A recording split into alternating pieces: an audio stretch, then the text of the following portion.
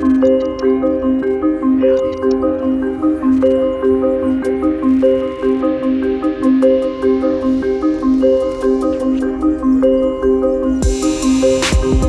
to AOD Media Watch. AODmediawatch.com.au is run by researchers and clinicians who work in the field and who want to see an improvement in the way issues on drugs are reported in the mainstream media. In 2019, there was a New South Wales coronial investigation into the death of 6 young Australians at music festivals across the state. Both Dr. Monica Barrett and Dr. Stephen Bright gave testimony. Stephen recently wrote a piece on aodmediawatch.com.au about his experience of getting thrown under the bus by the Daily Telegraph. Author and journalist Jenny Valentish was on board to review this article, so let's get into it. Steve, what happened? So I was requested to give oral evidence at the coronial investigation. So I flew from Perth to Sydney, and I hopped off the plane in Sydney, and I was walking out of the airport. I saw the Daily Telegraph on the stand, and on the front page was a story that I was featured in, which shocked me because it said that I'd already given evidence in court the previous day and that I was one of several experts accused of skewing data. And just this idea of skewing data, particularly in academia, implies a significant breach of integrity, though more concerning was an accompanying editorial that said the families of the deceased may take issue with my evidence. In oral evidence, I'd flown from Perth to Sydney out of respect for these families, not to upset them. Fortunately for me, Monica had provided oral evidence to court the day that I had seen this piece and was able to allay some of my concerns once I got in contact with her at the end of that day. I spent half a day at the coroner's court, and it was on that day that I was actually due to give evidence that they had featured Steve in the paper. And so I was on the stand for 2 hours in the morning, and my colleague, Associate Professor Caitlin Hughes, joined me, and we took up most of the day, actually. And there was a large contingent of families there of the deceased. It was quite surreal to begin with, and just how many family members were there to see what was going on and that were listening to the evidence that I was giving there. I especially remember actually Callum Brosnan's father. Callum was one of the deceased who took a large number of capsules allegedly 9 capsules, and it was really quite. It was amazing to meet with these parents because they had a genuine sense of, firstly, just wanting to work out what happened, but also wanting to stop this from happening again. And therefore, they were really interested in understanding, the researchers like Steve and I that were coming to talk about what we could do differently in terms of drug policy reform. One of the things that was first said by the coroner at the start was that she had seen the Daily Telegraph that morning and was, distressed by it. I don't remember whether she used the terms contempt of court, but she was definitely distressed by it and concerned by the behaviour of that publication that morning. Freelance journalist Jenny Valentish was one of the reviewers of the AOD Media Watch piece. What do you think went wrong with the Daily Telegraph's response, and what could they have done better? I think in the first instance that for a journalist to write experts have been accused of skewing data and then to only name one expert is at the very least carelessness, and it verges on negligence. Obviously, there's the inaccuracy saying that Steve was in court and he hadn't been in court. The other obvious point is, as the only person who was named in that context, Steve, were you actually approached for comment? No, I wasn't. I wasn't approached for comment.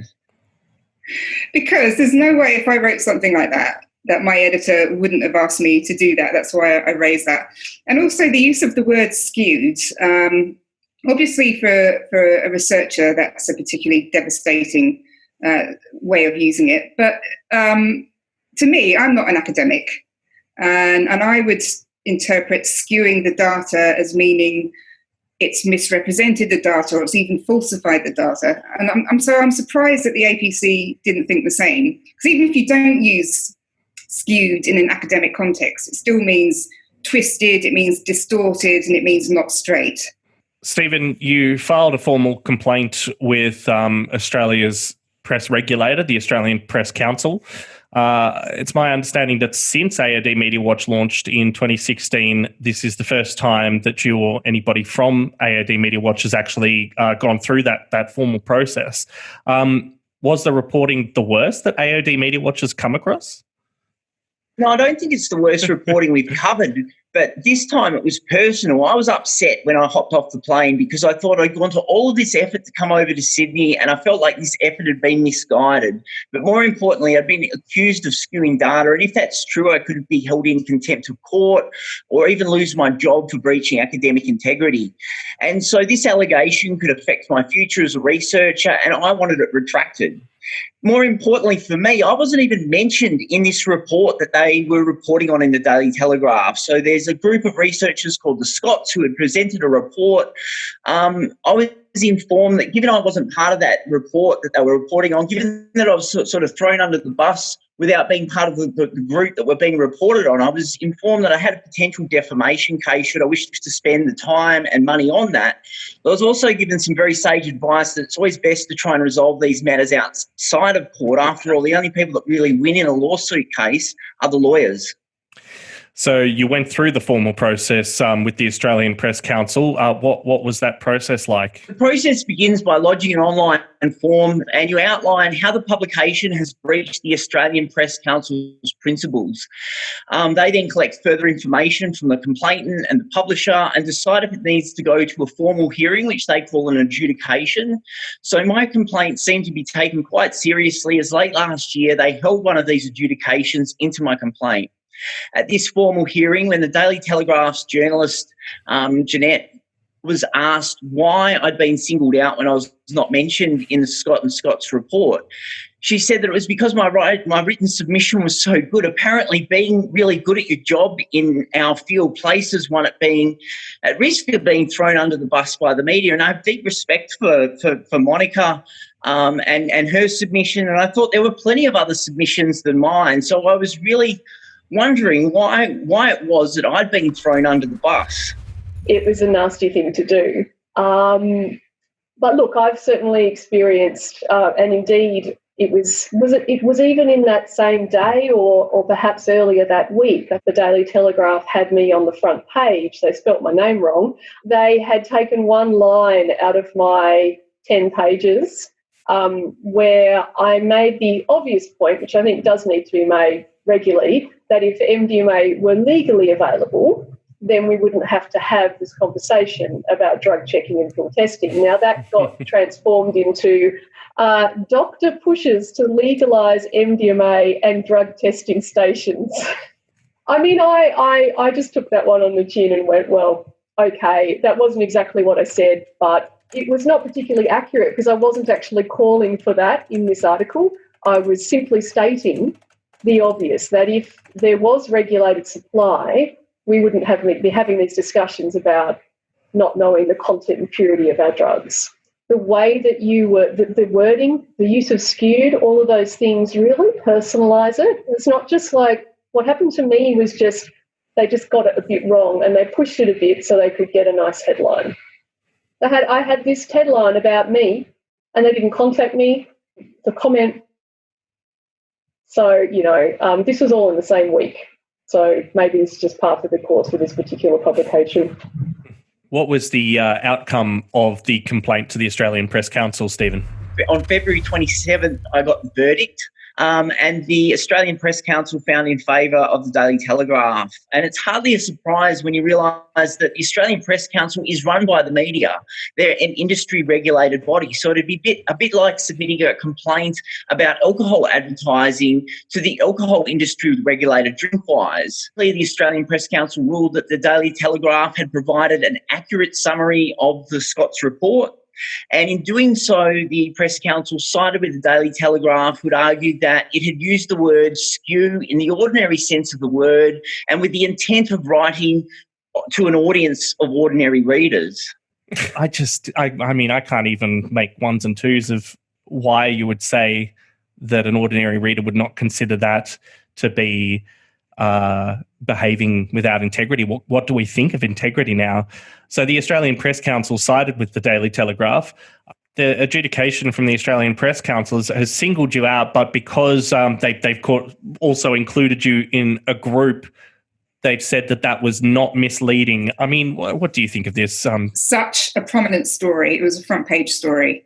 So there was absolutely no excuse not to contact Stephen and give him a right of reply. He's very easy to find.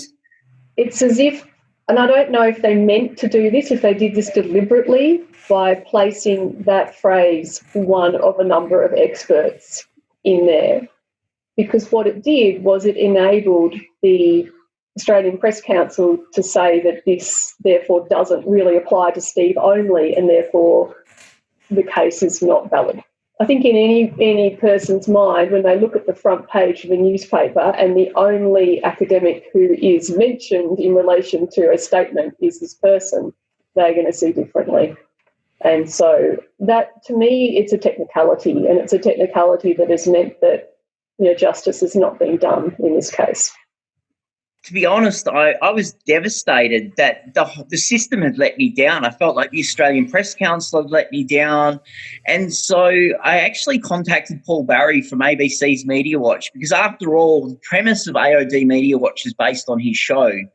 And he told me that the level of poor reporting from the Daily Telegraph and the sort of decision being made by the Australian Press Council needed to be a whole lot worse than what it was for them to be able to include it on their show, which is fair enough, because this was clearly something that was personal to me, and there's a lot of poor reporting going on that ABC Media Watch needs to cover. So I did the only thing left that I really had available to me. I contacted the AOD Media Watch core group and asked if they thought it would be appropriate and they would support me to write up this experience in the hope that it might encourage other people to stand up to the media. I mean, it's sort of you're damned if you do and you're damned if you don't. You want to get your message out there. If you say no to all media and you want to get a message out there, then that means you're not going to be as likely to get that message out there. But if you say yes, then you're at the whims of those people who are producing that piece. You can't control exactly what's going to come out. You're not in editorial control. Jenny, you've written extensively on AOD-related issues as a freelance journalist, and the other side of AOD Media Watch is to provide resources and information for journalists or other people that might be wanting to report on these sorts of issues. What sorts of tips do you have for those wanting to report on AOD issues so that they can engage more closer with evidence-based reporting and avoid spreading misinformation and fear? Actually, when Monica was saying experts are kind of damned if they don't talk and damned if they do, first thing I thought was more often than not, experts aren't sought out at all. Often a drug-related story will basically be a journalist rehashing a police press release and not sort of corroborating any of that. AOD Media Watch actually supplies experts in the drug and alcohol field, or at least can recommend people who are available to talk if balance is needed in a story, for corroboration, clarification. There's also guidelines for journalists to make sure that their reporting on drugs is accurate and not stigmatizing. And Mindframe also have guidelines for reporting on drug use. And I think in this day and age, when journalists are much more careful about writing about mental health issues and suicide and eating disorders and really pay heed to guidelines around that, there's a lot of catching up that needs to be done when it comes to writing about drug use.